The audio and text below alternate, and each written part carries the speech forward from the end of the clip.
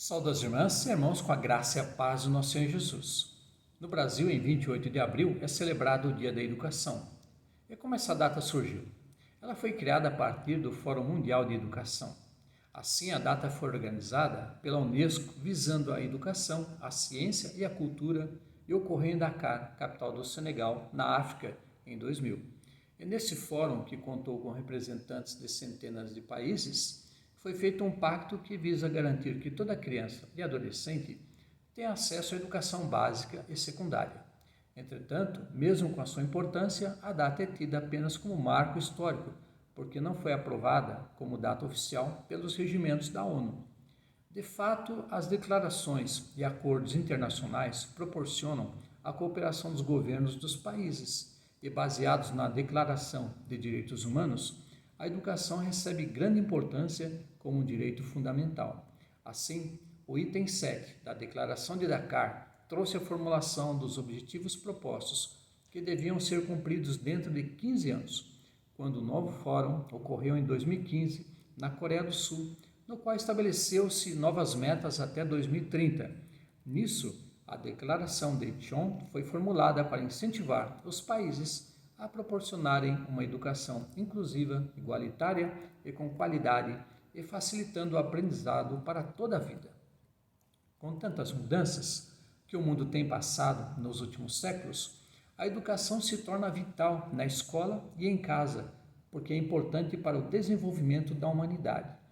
E as evoluções tecnológicas que ocorrem transformam a relação entre as pessoas e também afetam a área educacional de forma sadia.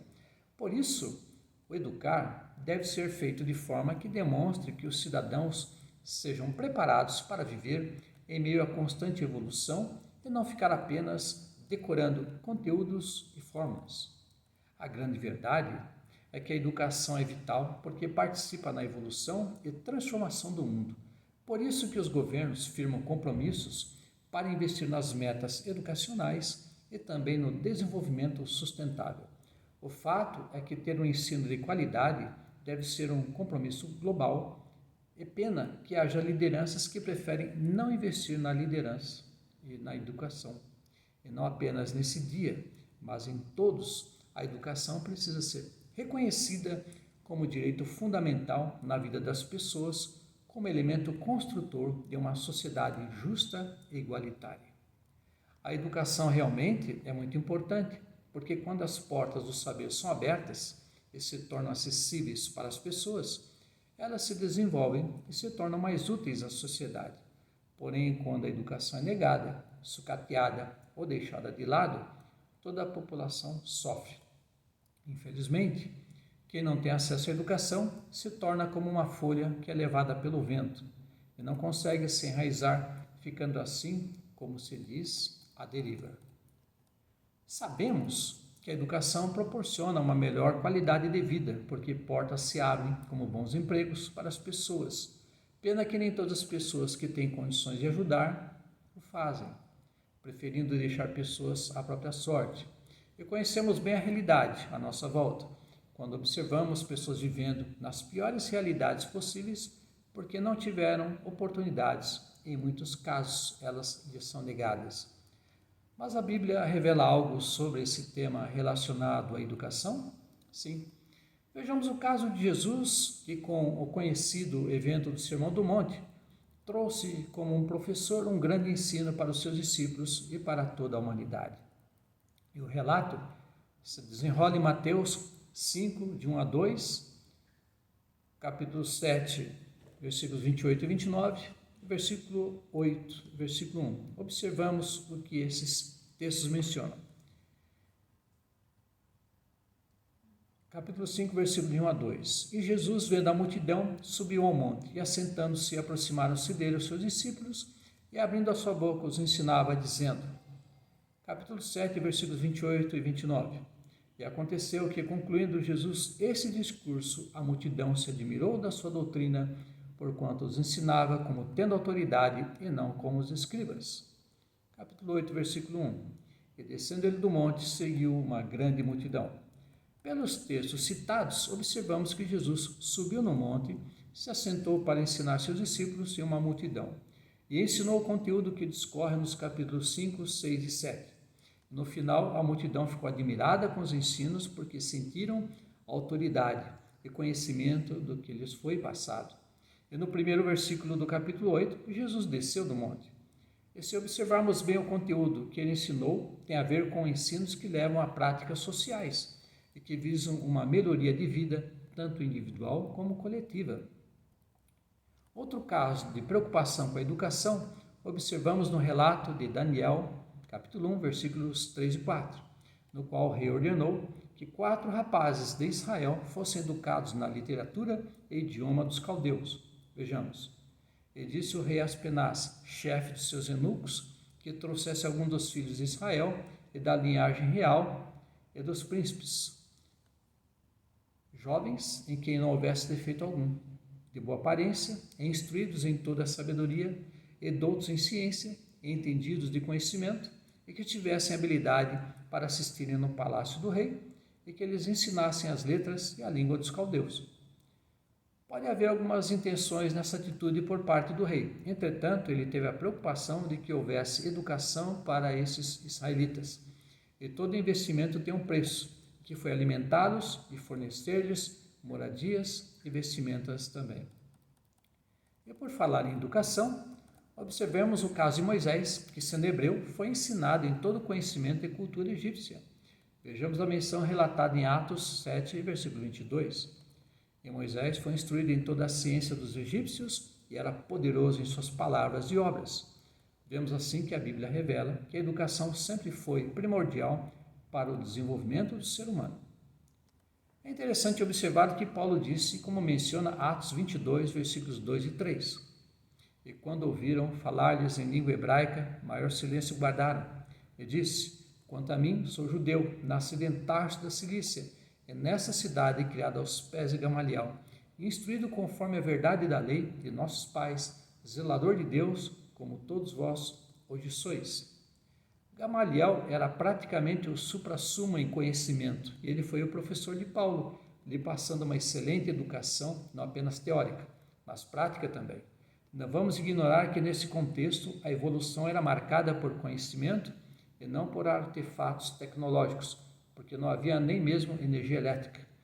Claro que isso não lhe subiu à cabeça. De fato, tanto conhecimento religioso que adquiriu o tornou num fanático religioso. Porém, algum tempo depois, a verdade lhe apareceu e mudou completamente a sua vida. E mesmo tendo despertado para a verdade, ele não jogou fora toda a sua bagagem de conhecimento, porque lhe foi útil para trabalhar um novo momento a partir do conteúdo que já tinha adquirido. Vemos agora no texto de 2 Timóteo 3, versículo 14 ao 17, algo muito interessante. Aqui as escrituras sagradas são enfatizadas como sendo muito útil, porque além de ser divinamente inspirada, ela tem conteúdos para exortar, corrigir, ensinar e instruir sobre a justiça verdadeira e não corrupta. É nesse aprendizado, desde a infância até a fase adulta, que o conteúdo deve ser refletido para se praticar e não ficar guardado, mofando e enferrujando. De fato, a igreja tem um papel social e deve ser ensinado para haver mudanças concretas e objetivas. Infelizmente, há quem afirme que a Bíblia seja um livro de ideias abstratas apenas e não conseguem compreender que há ensinos concretos. Podemos entender que a Bíblia seja a fonte saudável para a educação do ser humano, desde que ele seja cuidadoso com o conteúdo. E de que forma serão abordados os ensinos educacionais. Vejamos o texto. Tu, porém, permanece naquilo que aprendeste e de que foste inteirado, sabendo de que tens o aprendido, e que desde a tua meninice sabes as sagradas escrituras, que podem fazer-te sábio para a salvação, pela fé que é em Cristo Jesus. Toda a escritura é divinamente inspirada e proveitosa para ensinar, para redarguir, para corrigir, para instruir em justiça, para que o homem de Deus seja perfeito e perfeitamente instruído para toda boa obra, incluso aqui as mulheres, claro. Mais adiante, em 1 Timóteo 4,13, temos a exortação de que as escrituras devem ter uma utilidade na educação e formação do caráter e personalidade das pessoas. Vejamos. Persiste em ler, exortar e ensinar até que eu vá. Assim, para que ele possa ensinar e exortar, é necessário que primeiro leia para compreender, e isso é um dos princípios da educação. E para finalizar, creio que seja importante relembrar um texto que é bem conhecido, é Provérbios 20, versículo 6. Aliás, Provérbios 22, versículo 6. Educa a criança no caminho que deve andar, e até quando envelhecer, não se desviará dele. Educar a criança desde cedo e proporcionar educação que dê continuidade na adolescência é vital na vida do ser humano e é um dos princípios bíblicos. Sabemos que ignorar a educação da criança desde cedo será mais difícil educá-la mais tarde. E na época a educação era diferente, por não ter as facilidades de que dispomos hoje. E como é a preocupação que a criança e o adolescente tenham educação e continuidade para se tornarem cidadãos saudáveis, justos e conscientes na sociedade e no mundo, a Bíblia foi um instrumento essencial e continua sendo. O problema com ela, no decorrer dos séculos, foi a forma com que líderes a utilizaram para se beneficiarem, para oprimirem e para explorarem, por terem se tornado pessoas corruptas. Entretanto, a essência da educação bíblica é visível e muito importante para a humanidade hoje. Por isso, irmãos e irmãs, oremos e façamos a nossa parte para que a educação seja uma realidade e não uma disciplina falida e deixada de lado. Dessa forma, oremos. Senhor Deus, nos colocamos diante de Ti e pedindo que esteja abençoando a cada um de nós. Sabemos que a Tua Bíblia é um livro que nos traz ensinos, instruções, alertas. Encontramos nela a história do Teu povo e aprendemos e crescemos e ganhamos maturidade. Assim, continua a nos ensinar, nos abençoar, para que possamos também propagar os Teus ensinos através do nosso testemunho diário. É o que nós pedimos e Te agradecemos no nome de Jesus. Amém.